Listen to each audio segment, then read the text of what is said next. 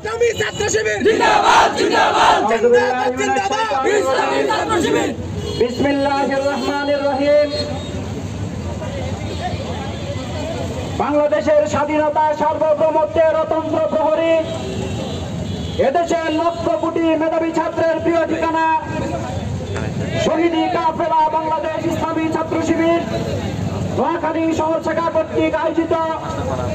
জুলাই বিদ্রোহের মিছিলে উপস্থিত ইসলামী ছাত্র শিবিরের সাবেক কেন্দ্রীয় কার্যকরী পরিষদের সদস্যবৃন্দ, উপস্থিত ইসলামী ছাত্র শিবির নোয়াখালী শহর শাখার সেক্রেটারিয়েট বৃন্দ, উপস্থিত প্রিয় ছাত্র সমাজ,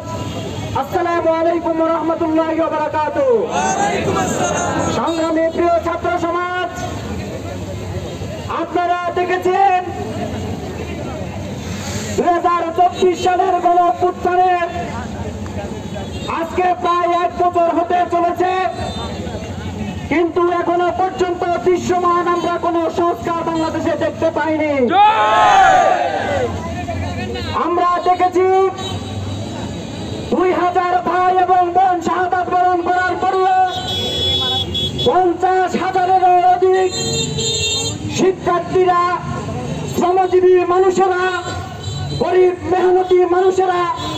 আহত হওয়ার পরেও, পঙ্গুত্ববরণ করার পরেও তাদের রক্তের মধ্য দিয়ে, তাদের আহত হওয়ার মধ্য দিয়ে, পঙ্গুত্ববরণ করার মধ্য দিয়ে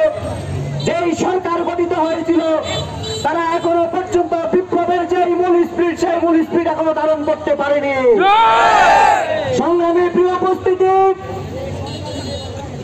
ঠিক 2024 সালের আজকের এই দিনে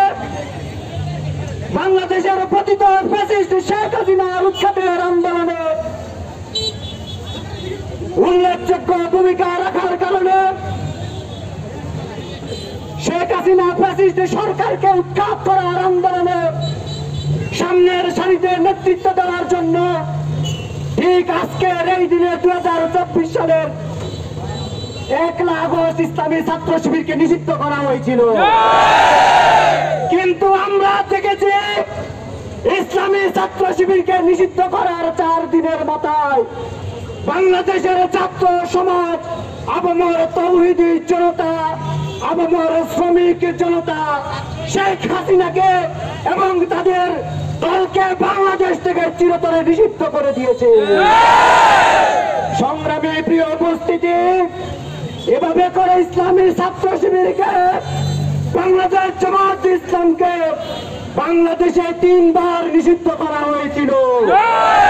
কিন্তু একবারও